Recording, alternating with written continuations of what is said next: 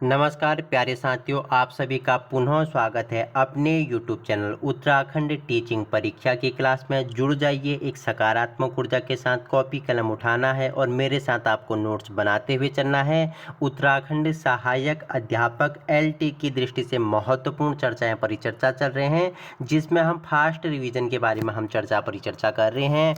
हमने कल 4 topic complete कर लिए थे। हमने कल कितने 4 टॉपिक कंप्लीट कर लिए थे, जिसमें हमने हमने ज्ञान दर्शन, प्रज्ञाता हो गया, एडुसेट हो गया, दीक्षा के बारे में एक ही वीडियो में 20 मिनट में चारों टॉपिक महत्वपूर्ण, उससे बाहर कुछ नहीं आएगा। वैसे ही 25 मिनट में आज हम आपके लिए 4 टॉपिक कंप्लीट करेंगे मूक्स के बारे में। ठीक है, मैसिव ओपन ऑनलाइन कोर्स के बारे में परिचर्चा करेंगे।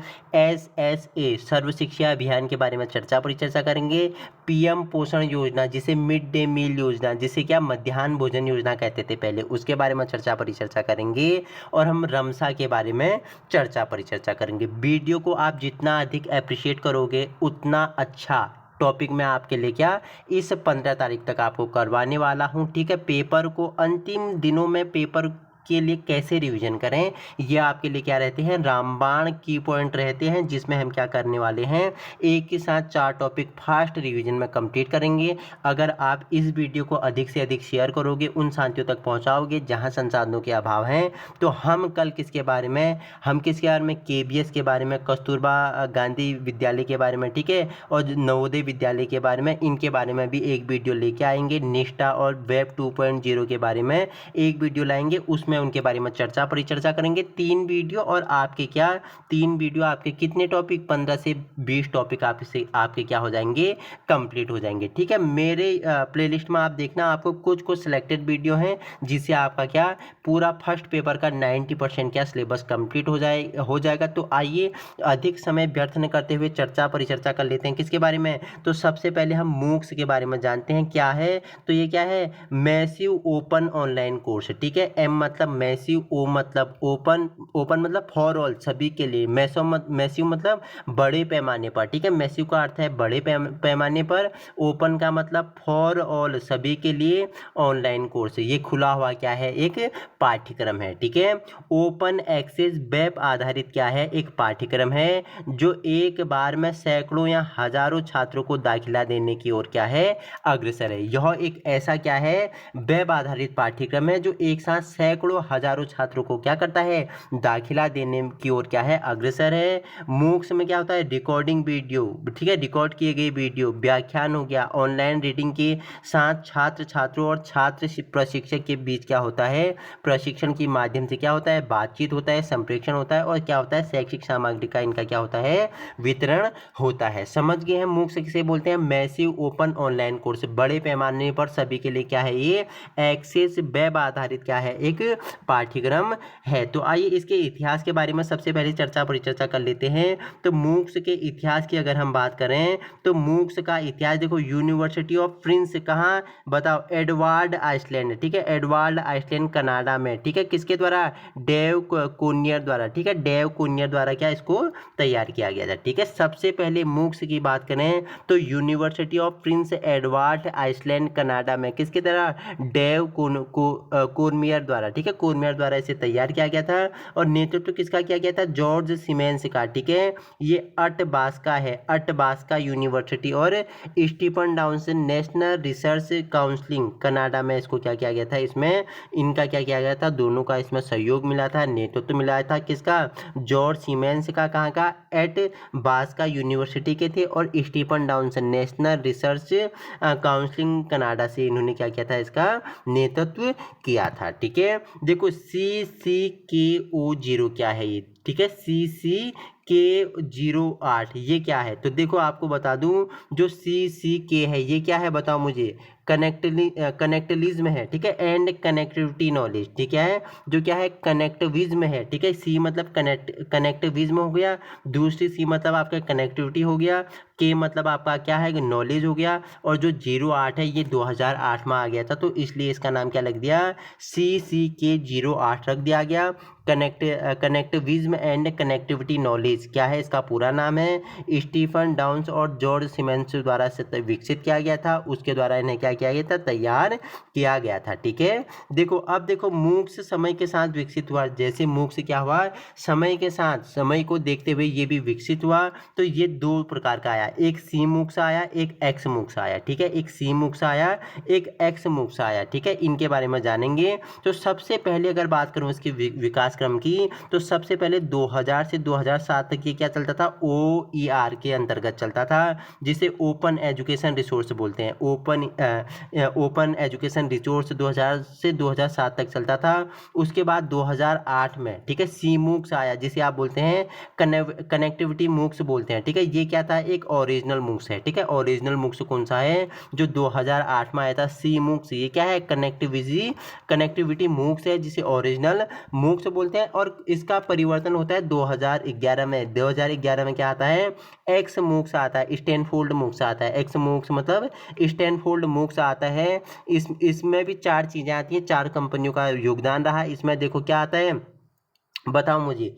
उडेसिटी आता है, ठीक है, उडेसिटी आता है, MIT आता है, EDX आता है, और आपका क्या आता है, बताओ मुझे, और कसेरा आता है। ठीक है, कर्सेरा आता है। तो ये 4 कंपनियों ने इसमें काम किया।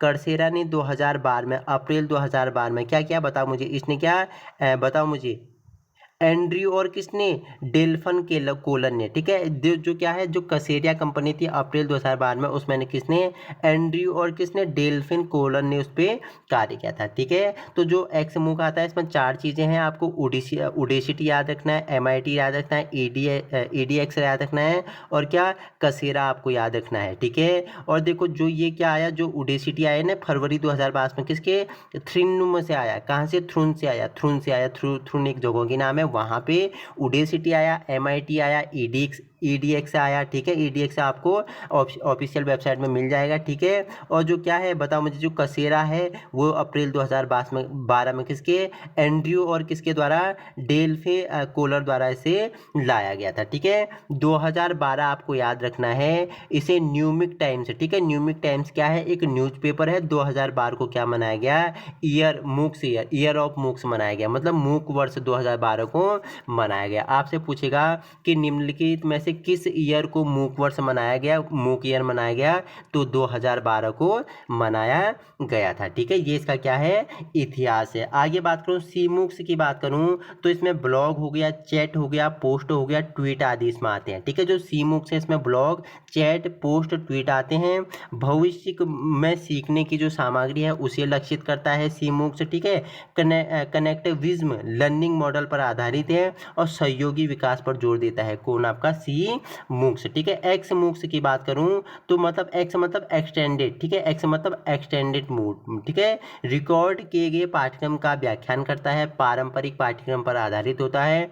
एक्स मूक क्या है, एक बताओ मुझे, एक सेल्फ कनेक्टेड मूड है। क्या है, एक सेल्फ कनेक्टेड क्या है, मूक है, जिसे क्या बोलते हैं, एक्सटेंडेड मूक बोलते हैं। ठीक है, एक्स मूड इसे बोलते हैं। अब जानते हैं हम किसके बारे में, भारत और विदेश में इसका विकास कैसे हुआ। तो भारत में कंपनी क्या है, NPTEL है। ठीक है, NPTEL कंपनी का नाम क्या है, NPTEL कंपनी का नाम है। IIT दिल्ली, ठीक है, सॉरी IIT दिल्ली नहीं है, IIT वो IISc। ठीक है, एक मिनट, क्या क्या, देखो IIT वो IISc इस मंच के माध्यम से ऑनलाइन पाठ्यक्रम प्रदान करती है, जिनके लिए कोई पंजीकरण की आवश्यकता नहीं होती है। ठीक है, NPTEL भारत की कंपनी है, जिसमें क्या, IIT दिल्ली और IISc इस मंच से क्या करती है, ऑनलाइन पाठ्यक्रम जारी करती है।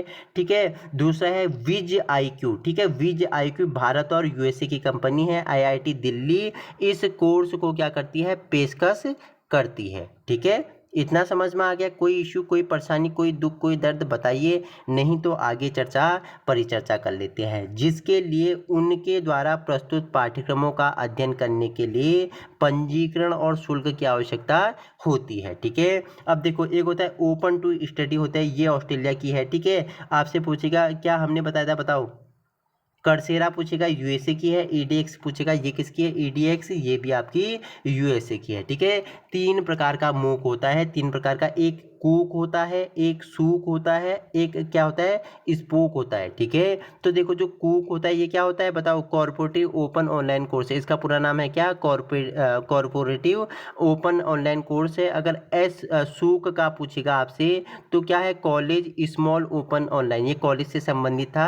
सूक आपका SOOC क्या है, स्मॉल ओपन ऑनलाइन, ये क्या है, कोर्स है। और स्पोक पूछेगा तो स्पूक पूछेगा तो स्मॉल क्या है, प्राइवेट ओपन कोर्स है। तीनों का कूक हो गया, सूक हो गया और स्पोक हो गया। ठीक है, ये तीनों का क्या है, फुल फॉर्म है। ठीक है, लक्षण की बात करूं तो ये क्या है, वेब प्रारूप का उपयोग करता है। क्या करता है, वेब प्रारूप का उपयोग करता है। सहयोगात्मक अधिगम को बढ़ावा देता है, ज्ञान का आकलन करता है और समय सीमा इसमें होती है। ठीक है, ये इसके लक्षण है। गुणों की बात करूं तो विषय में रुचि। ठीक है, गुणों में विषय में रुचि हो गया। प्रवेश के अभाव में क्या करना, प्रवेश के अभाव को दूर करना, पुनरावृत्ति हो गया। उच्च गुणवत्ता इसमें शामिल है, व्यवहारिकता इसमें शामिल है।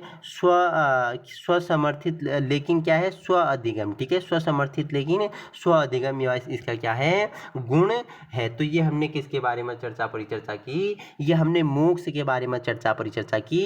अब आपके लिए नेक्स्ट टॉपिक आ गया, हम जानेंगे मध्याह्न भोजन योजना के बारे में। ठीक है, प्रारंभ होता है 15 अगस्त 1995 को तमिलनाडु से। कौन शुरू करता है, NP और NSP शुरू करता है। ठीक है, शिक्षा मंत्रालय के तहत ये क्या था, एक केंद्र प्रायोजित योजना था, जिसका क्या कर दिया है, अब नाम बदल दिया गया। 2021 में इसका नाम क्या कर दिया गया है, PM पोषण योजना इसका क्या कर दिया गया है, नाम कर दिया गया। पहले से मध्याह्न भोजन योजना, ठीक है, मिड डे मील योजना के नाम से जाना जाता था। और देखो उद्देश्य क्या था, सर्व शिक्षा अभियान को सफल बनाना इसका उद्देश्य था। यह प्राथमिक शिक्षा के सार्वभौमिकरण के लक्ष्य को प्राप्त करने का विश्व का सबसे बड़ा विद्यालय भोजन कार्यक्रम था। ठीक है, प्रथम चरण में ये देखो, जब ये प्रारंभ में 15 अगस्त 1995 को तमिलनाडु से प्रारंभ होता है, तो प्रथम चरण में ये 2408 ब्लॉकों में से क्या किया जाता है, प्रारंभ किया जाता है। ठीक है, कक्षा 1 से 8 तक सभी बच्चों को पका हुआ भोजन प्राप्त होगा, ऐसे इसके क्या थे, लक्ष्य थे। जो क्या SSA के जो क्या था, सर्व शिक्षा अभियान था, इसको सफल बनाना इसका प्रमुख लक्ष्य था। और यह प्राथमिक शिक्षा के सार्वभौमिकरण के लक्ष्य को प्राप्त करने का विश्व का सबसे बड़ा क्या था, विद्यालय भोजन कार्यक्रम था। ठीक है, आइए जानते हैं। और मैंने बता दिया कि 2021 में इसका नाम क्या कर दिया है, प्रधानमंत्री पोषण योजना कर दिया गया है। ठीक है, पहले अगर प्रारंभ में बात करूं तो देखो, हर परिवार के जो परिवार के बच्चे स्कूल में पढ़ते हैं तो उन्हें 3 किलोग्राम क्या दिया जाता था, गेहूं दिया जाता था महीने में। ठीक है, लेकिन परिवार वाले क्या करते थे, उन गेहूं को बेच देते थे, उससे वो पैसा कमा लेते थे। लेकिन जब यह बात पता चली सरकार को, जब ये चीजें सामने आने लगी, तो सरकार ने क्या किया, 1 सितंबर 2004 से विद्यालय में पका हुआ भोजन देना शुरू कर दिया। ठीक है, पहले सर्वप्रथम 3 किलोग्राम क्या दिया जाता था, गेहूं दिया जाता था। लेकिन जब परिवार इसे क्या कर देता था, वो गेहूं दिया जाता था बच्चे के पोषण के लिए, लेकिन परिवार इसे बेच देता था। जब यह बात तेजी से फैली तो क्या किया सरकार ने, 1 सितंबर 2004 को क्या किया, विद्यालय में पका हुआ भोजन देना प्रारंभ कर दिया। ठीक है, पोषण स्तर की बात करूं तो प्राथमिक कक्षा में, कक्षा 1 से 5 तक की बात करूं तो 450 कैलोरी युक्त और 12 ग्राम प्रोटीन युक्त इन्हें भोजन मिलेगा। ठीक है, उच्च प्राथमिक कक्षा की बात करूं 6 से 8 तक तो 700 कैलोरी का भोजन और 20 ग्राम प्रोटीन युक्त इन्हें भोजन प्राप्त होगा। अगर रुपये में बात करूं तो प्राथमिक स्तर में 3.59 रुपया प्रदान किया जाएगा प्रति छात्र को, और उच्च प्राथमिक स्तर में कितना, 5.38 रुपया दिया जाएगा। और जो खाना पकाने वाली क्या है, मैडम है, रसोईया है, उसे कितना, 1000 प्रतिवर्ष सैलरी दी जाएगी। ठीक है, विनिमय की बात करूं तो राज्य संचालन सह निगरानी समिति, ठीक है, SSMC बोलते हैं, पोषण मानकों और भोजन की गुणवत्ता के रख रखाव के लिए एक तंत्र की स्थापना सहित योजना के कार्यान्वयन की देखभाल करती है। ठीक है, ये आपके ऑफिशियल वेबसाइट से लिया हुआ क्या है, फैक्चुअल डाटा है। ठीक है, नेक्स्ट है वर्ष 2001 में क्या हुआ, MDMS पका हुआ भोजन योजना बन गई, जिसके तहत प्रत्येक सरकारी और सरकारी सहायता प्राप्त प्राथमिक स्कूलों में क्या प्रत्येक बच्चे को न्यूनतम 200 दिनों के लिए क्या 8 से 12 ग्राम प्रतिदिन प्रोटीन और ऊर्जा के न्यूनतम 300 कैलोरी अंश के साथ मध्याह्न भोजन परोसा जाना था। ठीक है, समझ में आ गया? कोई इशू बताइए, नहीं तो आगे चर्चा परिचर्चा करते हैं। तो ये तो 2001 की बात है। फिर सितंबर 2004 में क्या हुआ? स्कीम में दालें, वनस्पति खाने का तेल, मसाले, ईंधन, ठीक है, लागत और खाने पकाने के लिए जिम्मेदारी एजेंसी की क्रमिक की देय मजदूरी राशि कवर करने के लिए ₹1 प्रति बच्चा दिया जाने लगा। कब से? सितंबर 2004 से। परिवहन, आर्थिक सहायता और खाना पकाने में सहायता की विशेष श्रेणी के राज्यों के लिए पहले अधिकतम कितना ₹50 और प्रति क्विंटल कितना ₹100 और अन्य राज्यों के लिए ₹75 प्रति क्विंटल तक बढ़ाया गया था। ठीक है, ये सितंबर 2004 की बात है। उसके बाद जुलाई 2006 में क्या परिवर्तन होता है? पूर्वोत्तर क्षेत्रों में क्या होता है? 1.80 मतलब 1.80 पैसा, ठीक है, ₹1.80 प्रति बच्चा दिया जाता है। अन्य राज्यों में जो संघ शासित प्रदेश है उनमें कितना ₹1.50 दिया जाता है। और देखो, पोषणिक मानदंड को 450 कैलोरी और 12 ग्राम प्रोटीन के लिए संशोधित किया गया। रसोई सह भंडार के निर्माण और रसोई उपकरण के खरीद में सुविधा देने के उद्देश्य से चरणबद्ध ढंग से कितना बताओ ₹60,000 प्रति यूनिट की दर से क्या केंद्रीय सहायता प्रदान करने का प्रावधान किया गया था। ठीक है, ये तो हमने बात की जुलाई 2006 की। जुलाई 2007 में क्या होता है? जुलाई 2007 में स्कीम का कितना 3,400 कितना 3,479, ठीक है, 79 है ये, हाँ, 79 शैक्षिक रूप से पिछड़े ब्लॉकों, ठीक है, ब्लॉकों में EBB, ठीक है, EBB में अपर प्राइमरी स्कूलों में कक्षा कितने 6 से 8 तक में पढ़ने वाले बच्चों के लिए कवर करने के लिए क्या विस्तार इसका किया गया। और स्कीम का नाम क्या? राष्ट्रीय प्राथमिक शिक्षा पोषण सहायता कार्यक्रम से बदल के क्या रख दिया गया? मध्याह्न भोजन कार्यक्रम कर दिया गया। और वर्तमान में इसका नाम प्रधानमंत्री पोषण योजना है। ठीक है, अपर प्राथमिक अवस्था में मानदंड की बात करें तो 700 कैलोरी प्लस 20 ग्राम प्रोटीन निश्चित किया गया।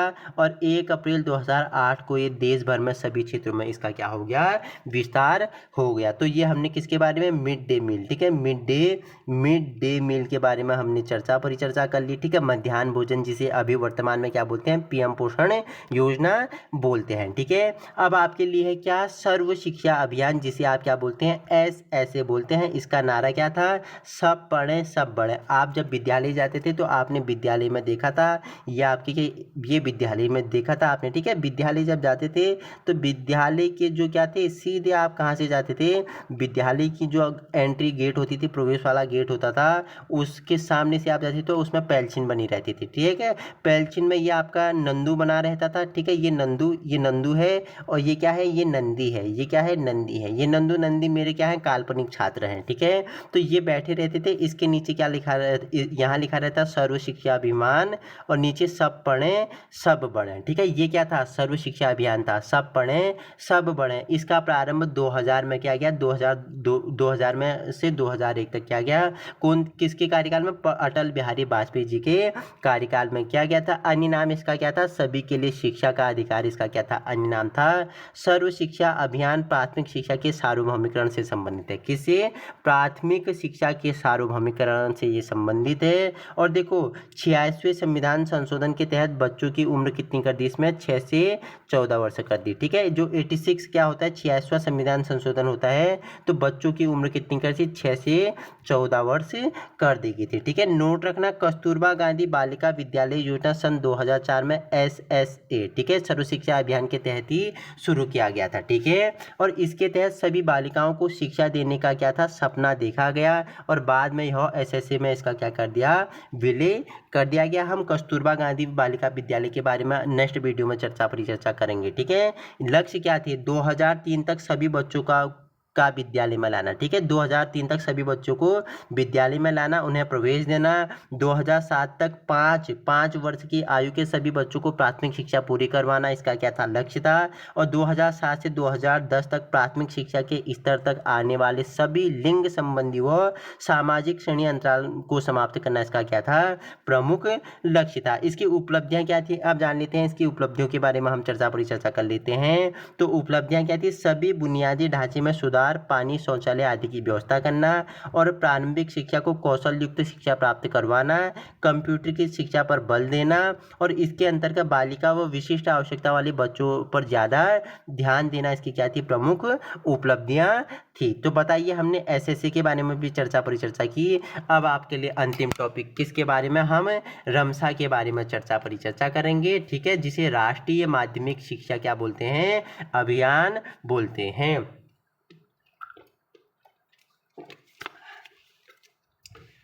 ठीक है, तो रमसा के बारे में जान लेते हैं, जिसे क्या बोलते हैं, राष्ट्रीय माध्यमिक शिक्षा अभियान बोलते हैं।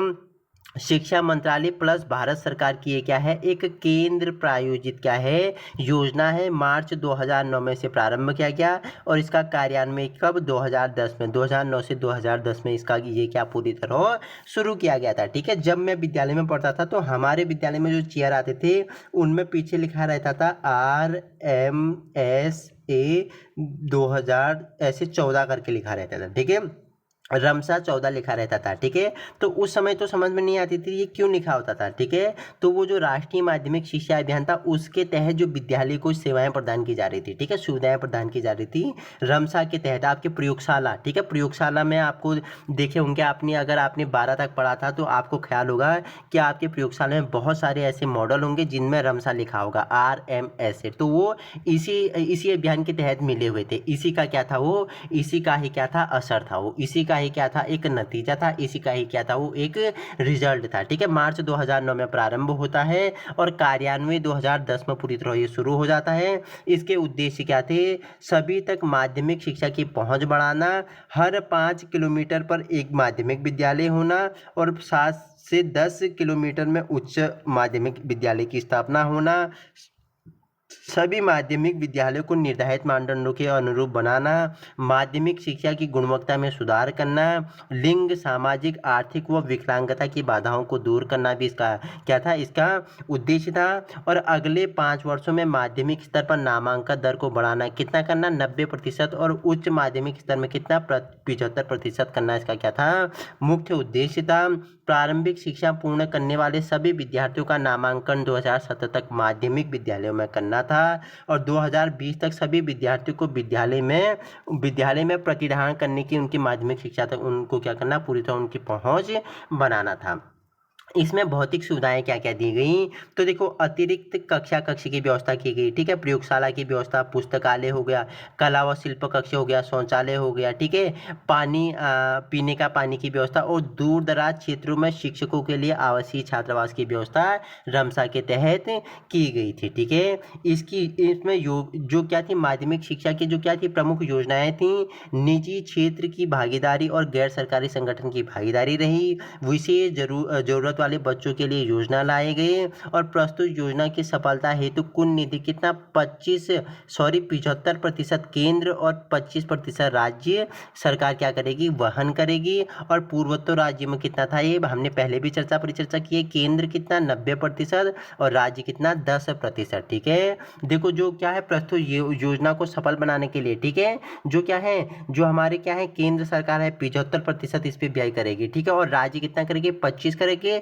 लेकिन पूर्वोत्तर भारत में 90 केंद्र करेगी, 10 इसमें क्या करेगी, राज्य करेगी, ठीक है। अब जानते हैं इसके बारे में कुछ और इंपॉर्टेंट फैक्ट हैं। शिक्षा की गुणवत्ता में उठाए गए कदम क्या क्या थे, विद्यार्थी शिक्षकों के अनुपात को कम करने के लिए अतिरिक्त क्लास लगाना, ठीक है, शिक्षकों की नियुक्ति करना, विज्ञान, गणित, अंग्रेजी शिक्षा पर ध्यान देना, विज्ञान प्रयोगशालाओं के विकास पर ध्यान देना, ICT आधारित शिक्षा, ठीक है। इस बार आपके LT के सिलेबस में ICT क्यों क्यों डाला गया, क्यों इसका महत्व बढ़ रहा है दिन प्रतिदिन, वर्तमान समय को देखते हुए आईसीटी का किस प्रकार शिक्षा में प्रयोग हो रहा है। ठीक है, ज्ञान दर्शन, एडुसेट, प्रज्ञाता हो गया, कंप्यूटर हो गया, डिजिटल ये दिन प्रतिदिन जो डिजिटल इंडिया बन रहा है क्यों। ठीक है, आप हर जगह क्या कर रहे हो, आप हर जहाँ जा रहे हो तो आप क्या डिजिटल ही देख रहे हो। ठीक है, सारा काम डिजिटल हो रहा है। ठीक है, तो आईसीटी का प्रयोग क्यों शिक्षा में हो रहा है। ठीक है, तो शिक्षकों प्लस प्राचार्यों के लिए प्रशिक्षण की इसने व्यवस्था की, गरीब कमजोर विद्यार्थियों के लिए क्या उपचारात्मक शिक्षण की इसने व्यवस्था की। ठीक है, तो हमने किसके रमसा के बारे में अच्छे से जान लिया। ठीक है, रमसा के बारे में चर्चा परिचर्चा की। ठीक है, जिसे क्या राष्ट्रीय माध्यमिक शिक्षा अभियान बोलते हैं। मार्च 2009 में प्रारंभ हुआ और 2009 से 10 में पूरी तरह शुरू हो गया। शिक्षा मंत्रालय और भारत सरकार द्वारा क्या है, केंद्र प्रायोजित ये क्या है, योजना है। ठीक है, हमने क्या एसएसए सर्व शिक्षा अभियान जाना। ठीक है, अन्य नाम क्या है, सभी के लिए शिक्षा का अधिकार है, सब पढ़े सब बढ़े। ठीक है, 2001 में 2002 से 2000 से 2001 में आया था अटल बिहारी वाजपेयी की, उसमें आया था। हमने चर्चा परिचर्चा के लिए हमने क्या मिड डे मील योजना, मध्याह्न भोजन योजना के बारे में चर्चा परिचर्चा की। ठीक है, जिसको 15 अगस्त 1995 को तमिलनाडु ने सबसे पहले प्रारंभ किया। ठीक है, एनपी और एनएसपी ने शुरू किया था। ठीक है, प्रथम चरण में 2408 ब्लॉकों में से प्रारंभ किया गया था। ठीक है, और देखो सितंबर 2004 से क्या किया है, विद्यालयों में 1 सितंबर 2004 से विद्यालयों में पका हुआ भोजन मिलने लगा और वर्तमान में 2021 में इसका नाम क्या कर दिया, पीएम पोषण योजना कर दिया। और हमने क्या जाना, मूक्स के बारे में जाना, क्या मैसिव ओपन ऑनलाइन कोर्स है। ठीक है, बड़े पैमाने पर सभी के लिए फॉर ऑल और क्या है, ऑनलाइन क्या है, एक क्या है एक्सेस वेब आधारित पाठ्यक्रम है जो क्या करता है, सभी को ऑनलाइन शिक्षा प्रदान करता है। तो साथियों, आपको वीडियो कैसी लगी, आपके लिए वीडियो इंपॉर्टेंट है, टॉपिक महत्वपूर्ण है, तो वीडियो अधिक से अधिक उन साथियों तक पहुंचाएं जहां संसाधनों के अभाव हैं। और जितना आप इस वीडियो को अप्रिशिएट करोगे, ठीक है, वही हमने जो प्रज्ञाता के 8 गाइडलाइंस बताए थे उसमें अंतिम में क्या था, अप्रिशिएट करना, सराहना। आप जितना सहारोगे, जितना क्या करोगे, साथियों में पहुंचाओगे, इसी के तर्ज पे आपके लिए नया वीडियो लेके आएंगे, इसी के तर्ज पे जिस पे हम किस में केबीएस के बारे में, एनबीएस के बारे में, ठीक है, हम नवोदय विद्यालय के बारे में, निष्ठा के बारे में, ठीक है, हम क्या शिक्षार्थियों के लिए वेब 2.0 के बारे में चर्चा परिचर्चा करेंगे। Thank you so much. आप सभी क्या अभी अपने YouTube चैनल उत्तराखंड टीचिंग परीक्षा से जुड़ सकते हैं। बाकी PDF की प्रॉब्लम हो रही है, देखो मैं आपको PDF एक ही दिन प्रोवाइड करवा दूंगा। PDF देने से आप कोई फ़ायदा है नहीं, ठीक है, क्योंकि एग्ज़ाम आपके पास है। 1.5 की स्पीड से देखो, वीडियो सुनो, बस यही आपका फास्ट रिवीजन करेगा। PDF पढ़ने में आपको क्या अब बहुत समय लगेगा, फ़ोन जिसके पास लैपटॉप नहीं है फ़ोन में देखेगा, ठीक है, तो बहुत ही समय लगेगा। इसलिए आप ऑनलाइन ही क्या करें, देखें, रिविजन कर लें। 1.5 की स्पीड से आज ही जुड़ना है और अपने सपनों को साकार करना है। Thank you so much.